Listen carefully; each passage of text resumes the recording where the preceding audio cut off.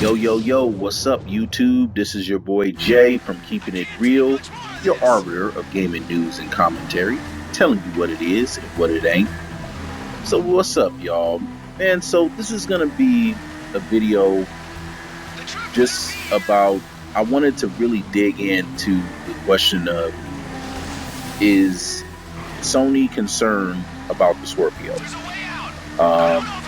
So I've been, I watch a lot of YouTube, of course, watching other, YouTube channels, other gamers and what they have to say. I pay very close attention to the gaming media, and this is one thing that I really wanted to dig into and talk about in regards to just the gaming media, gamers as a whole, and just Sony's marketing strategy, how well it's worked this generation and why.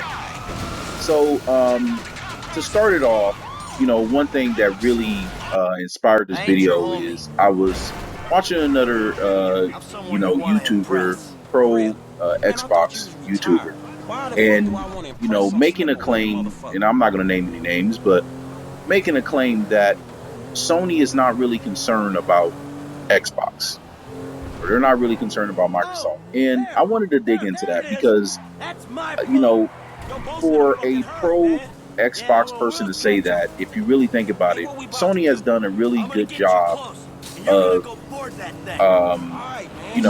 setting the narrative and having people believe, their bullshit. If you really think about it, how much brought into the propaganda you really have to be if you, as a pro Xbox gamer, think that Sony has nothing to worry about when it comes to Microsoft. I mean, that's what Sony would want to have you think. And they do a really good job of making you believe things that are just in their favor, but not necessarily the truth. So I just wanted to talk about that, talk about how they do that, and talk about some examples. So if you really think about it, just the notion of that, you only have but to look back to how ridiculous the claims of Sony that they make. But one that comes to mind is when they made the comment that, oh well, they're not really concerned with Microsoft. They're more in competition with PC. I mean, if you really think about the arrogance in that and how ridiculous that statement really is, if you really think about it, how could they be in competition with PC?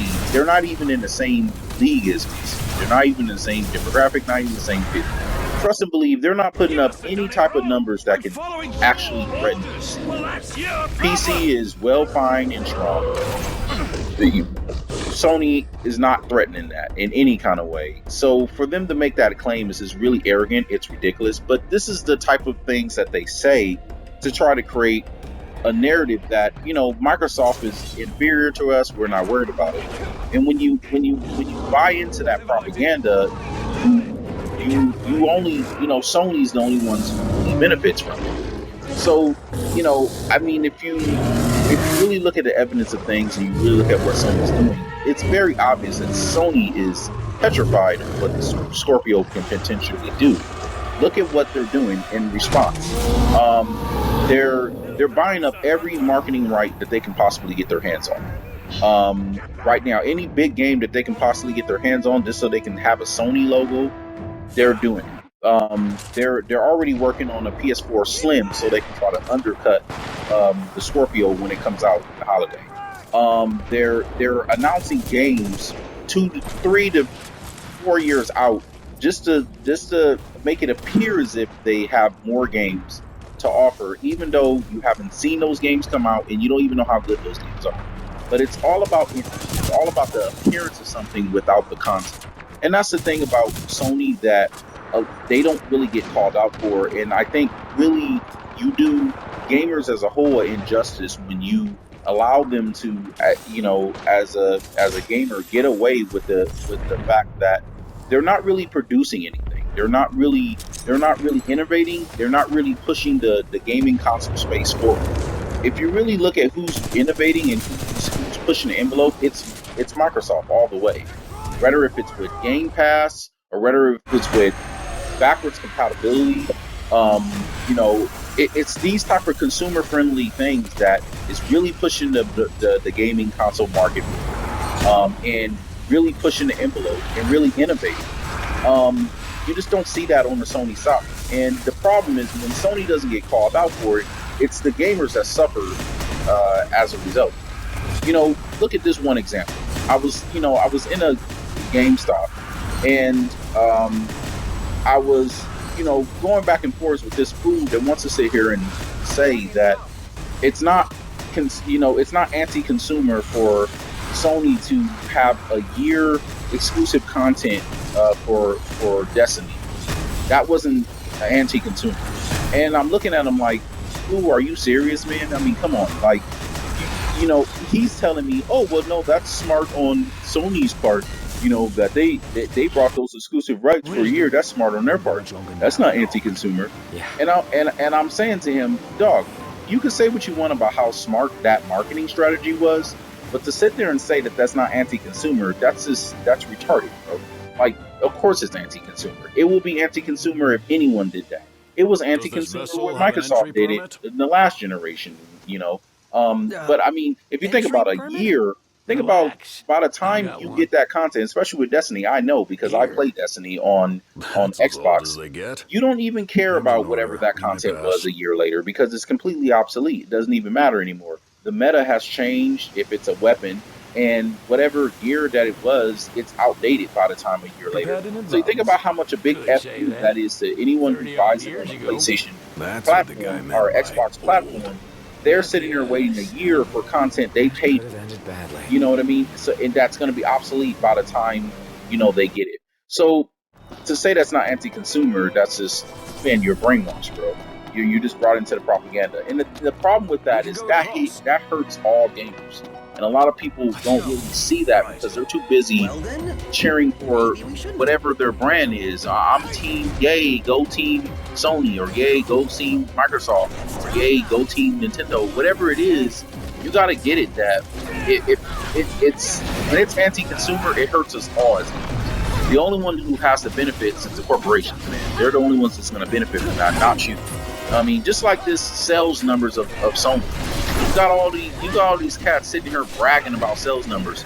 What money is that putting in your pocket, bro? I mean, what are you talking about? Like, you act like that's doing something for you when you can't even change your gamer name, or you sat there and waited for 3 years to even get any substantive big AAA games to really be on your console.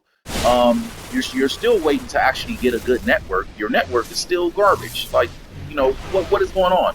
You still don't have any backwards compatibility, but yet you're cheering for, oh yay, look how many units that they've sold.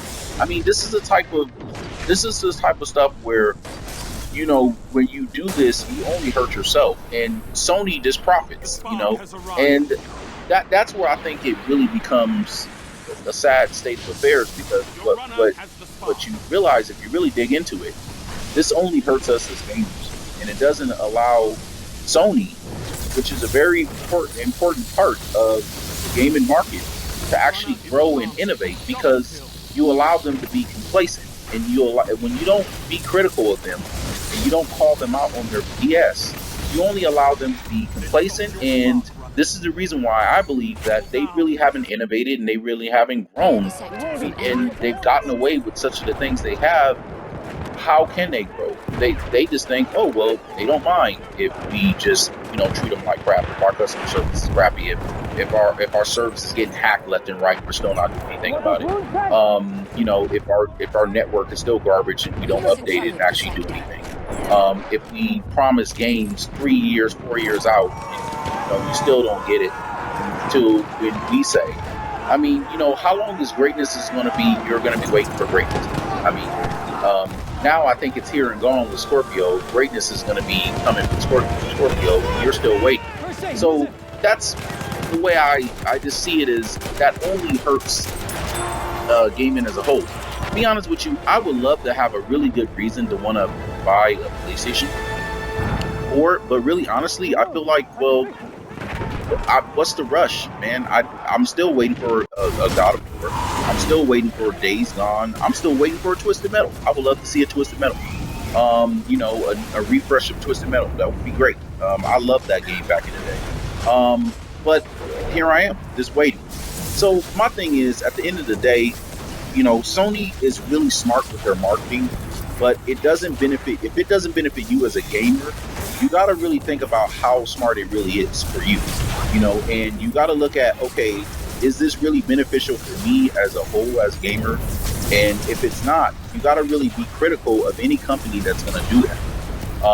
And on the Sony side, I really think that they've gotten a lot of a lot of their credibility has come from Microsoft mistakes early on in the launch, whether it be you know, people thinking that they can't trade their games or they can't share their games with other people, or whether it be that Microsoft screwing up and having their console be $100 more than the PlayStation 4.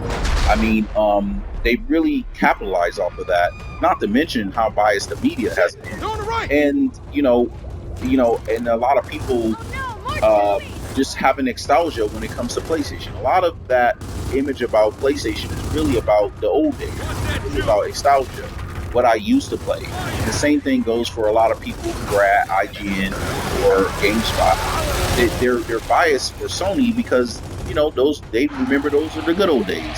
And that's okay, but when it's to the detriment of gamers as a whole because you're not calling out Sony, that's when it becomes a problem. So, I mean, you know, these are basically just my thoughts on it. You know, when I hear anybody who, especially is a pro Xbox guy, say they don't think Sony is concerned about Microsoft, you might want to think again, because Microsoft is actually moving the needle forward and they're actually innovating. And that's something Sony is still struggling to catch up and actually do.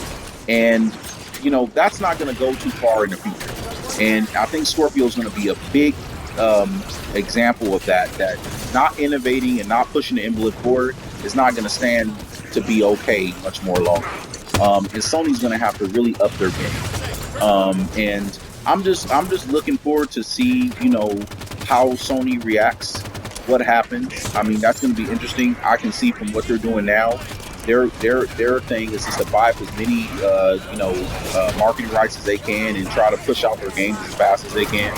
And we're going to see how that all works out, because when people see how better the games look on Scorpio, I don't think all that's going to matter. People are going to be at where the game looks the best and where it runs the best. And that's what's going to be with Sony. So yeah, man, that's it for this video. You know, I hope y'all like it. You know, like and subscribe. You know, till next time, keep it real. I'm gone.